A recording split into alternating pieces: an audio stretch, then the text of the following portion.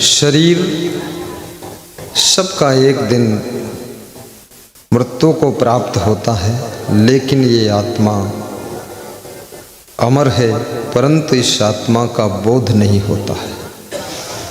कितने लोग आत्मा के बारे में जानते ही नहीं हैं, केवल शरीर तक ही उनका ज्ञान है। वे शरीर को ही अपने आप को समझते हैं कि मैं शरीर हूँ, और इस संसार को सत्य समझ लेते हैं, परिवार को सत्य समझ लेते हैं। और ऐसे सत्य समझने पर जब परिवार के किसी सदस्य का बिछड़न होता है तो उन्हें बहुत दुख होता है। जीवन में कुछ भी नुकसान होता है तो वे बहुत परेशान होते हैं। नुकसान को सहने की सामर्थ्य भी आत्मबोध देता है, क्योंकि इस पवित्र आत्मा में ना कुछ घटता है, ना कुछ बढ़ता है, और ना तो आत्मा हानि लाभ से प्रभावित होती है। दुख सुख हानि लाभ, उतार चढ़ाव, मिलन वियोग, ये तो स्वाभाविक संसार में होते रहते हैं। कभी कभी जिनसे तुम्हारा बहुत प्रेम था, तुम जिनको बहुत मानते थे, वे भी छोटी सी बात में असंतुष्ट होकर तुमको छोड़कर चले जाते हैं। दोबारा फ़ोन भी नहीं करते हैं और अपना मोबाइल ऑफ कर लेते हैं। तुम बार बार लगाते हो 12 घंटे तक, लेकिन वे फ़ोन चालू ही नहीं करते। कभी चालू करते हैं, रिंग जाती है तो उठाते नहीं हैं और तुमसे बात नहीं करते। तुम उनके वियोग में ऐसे तड़पते हो जैसे जल के वियोग में मछली तड़पती है।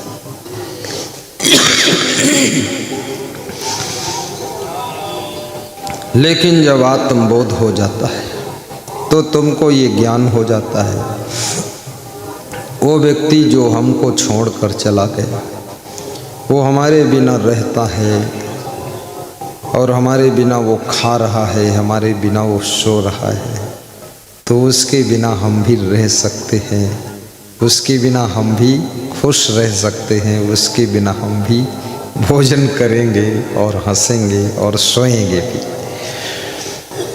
क्योंकि संसार में सब लोग बीच में मिले हैं और बीच में छूटते भी हैं। 2 प्रकार से लोगों का वियोग होता है। एक तो शरीर शांत हो जाए, शरीर की मृत्यु हो जाए तो वियोग हो जाता है। दूसरा तरीका है कि मन बदल गया, मन टूट गया, मन रूठ गया और वो व्यक्ति तुमको छोड़कर चला गया। कभी कभी तुम्हारी पत्नी भी तुमको छोड़कर जा सकती है, तुम्हारा पति भी तुमको छोड़कर जा सकता है। ये बहुत ज़्यादा जो आपको लगता है कुछ भी हो सकता है, ऐसे समीकरण बन जाते हैं। बहुत प्रयास करो फिर भी जो होनहार है वो हो जाता है।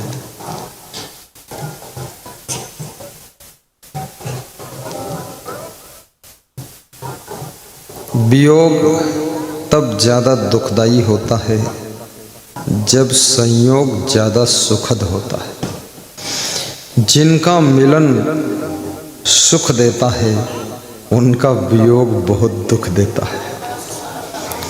इसलिए धन मिले तो भी ज़्यादा खुश मत होना, क्योंकि धन भी जा सकता है।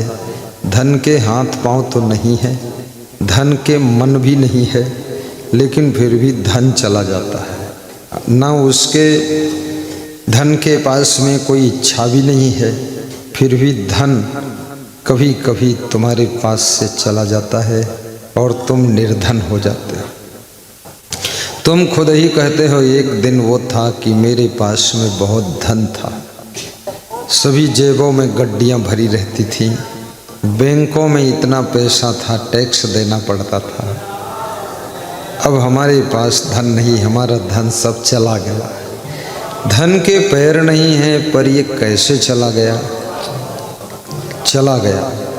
धन भी चला जाता है, गाड़ियाँ भी चली जाती हैं, सम्मान भी चला जाता है, नाम भी चला जाता है, घर वाली भी चला जाता है, घर भी हाथ से चला जाता है, घर का सामान भी चला जाता है, और घर वाला भी कहीं चला जाता है, बेटा भी चला जाता है, बेटी भी चली जाती है, बहू चली जाती है, दोबारा आती नहीं है, जमाई रूठ जाता है, वो भी गायब हो जाता है। मैं बचपन में एक गीत सुनता था, एक स्त्री बोलती थी, मैं तुमसे रूठ जाऊंगी तो मायके चली जाऊंगी। तो उसका पति बोलता था, तू मायके चली जाएगी तो मैं तेरे को लेने आ जाऊंगा।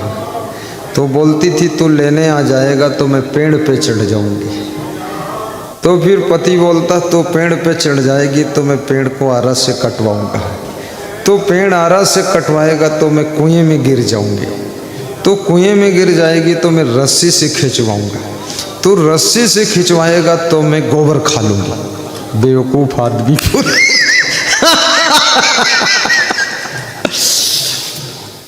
अब ये गीत तो बंद हो गया, क्योंकि अब कुछ और ड्रामा शुरू हुआ है, इसलिए अब ये गीत भी पुराने पड़ गए। तो वियोग, कभी कभी जिनसे तुम्हारा प्रेम है वे भी तुमको छोड़ना नहीं चाहते और तुम भी उनको छोड़ना नहीं चाहते, लेकिन अचानक दो में से एक की मृत्यु हो जाती है। मृत्यु भी आपको एक दूसरे से दूर कर देती है। 4 प्रकार के दुख संसार में होते हैं, मुख्य रूप से वियोग जन्य दुख। कोई पुलिस जवान जाकर के ये भजन वालों को धीमा करवा दे। वियोग जन्य दुख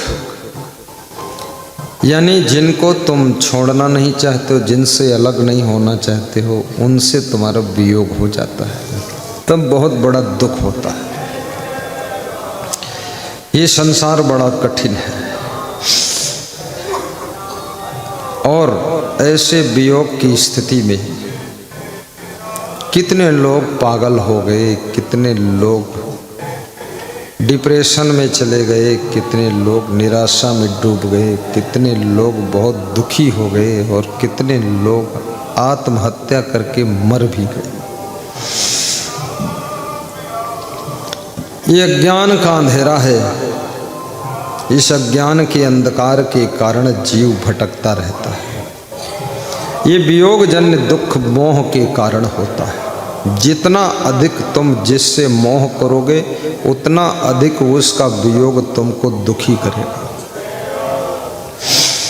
संसार में कम मोह से भी जी सकते हो, मोह न रख करके भी जी सकते हो।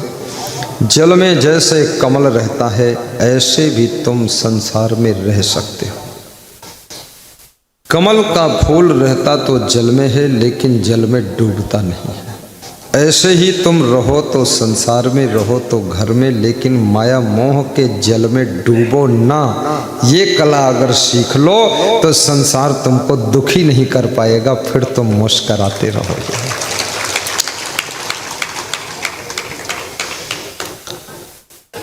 पशु पक्षियों से भी ममता मत कीजिए। MBBS डॉक्टर लेडीज दिल्ली के प्लेटफार्म पर कुत्ते को पकड़कर रो रही थी। उसका कुत्ता मर गया था दिल्ली के प्लेटफार्म पर, रेलवे प्लेटफार्म पर। तो उसके ससुर ने मुझसे कहा, मेरी बहू दिल्ली में रेलवे प्लेटफार्म पर कुत्ते को लेकर जा रही थी, वहाँ मर गया, अब उसकी लाश को पकड़कर रो रही है। तो मैंने कहा, बहू करती क्या है? तो उन्होंने कहा, वो MBBS डॉक्टर है। हमने कहा, तुम? बोले, मैं भी MBBS। हमने कहा, बेटा? बोले, वो भी MBBS। तो हमने कहा, शरीर के अंग अंग को पहचान लिया और सब ऑपरेशन भी कर डाला, लेकिन इस आत्मा को तुम नहीं पहचान पाए, इसलिए बहू दिल्ली रेलवे स्टेशन पर बैठकर सिर पीट कर रो रही, कुत्ता के मरने से रो रही। अब कुत्ते की लाश का वो दफन संस्कार कर रही है। दुनिया भर का प्रपंच लोगों के पास में है। ऐसा नहीं कि लोग केवल आदमी में बंध जाते हैं, लोग कुत्ते और बिल्ली से भी बंध जाते हैं। लोग खरगोश से मोह कर लेते हैं, हिरन से मोह कर लेते हैं, लोग पंछी से मोह कर लेते हैं, लोग गाय और भैंस से भी ममता जोड़ लेते हैं। मनुष्य के मन में ममता का गोंद भरा हुआ है। ये कहाँ कहाँ ममता जोड़ लेगा, क्या कर लेगा। और जितनी ज़्यादा ममता बढ़ेगी उतना ज़्यादा दुख बढ़ेगा। दुख और सुख की चाबी तुम्हारे हाथ में है। तुम अपने आप को दुख से पूरा पूरा बचा सकते हो और आप अपने को दुख में पूरा पूरा डुबा भी सकते हो। ममता तो न गई मेरे मन से, ये ममता बहुत जल्दी जाती भी नहीं है। बार बार सत्संग सुनो, लालच भी नहीं जाता है। कितने लोग प्रवचन बार बार सुनेंगे फिर भी किसी का मोबाइल चुरा लेंगे, किसी के चप्पल पहन कर चले जाएंगे। रामायण रोज पढ़ेंगे, रामायण ही चुरा लेंगे दूसरे की।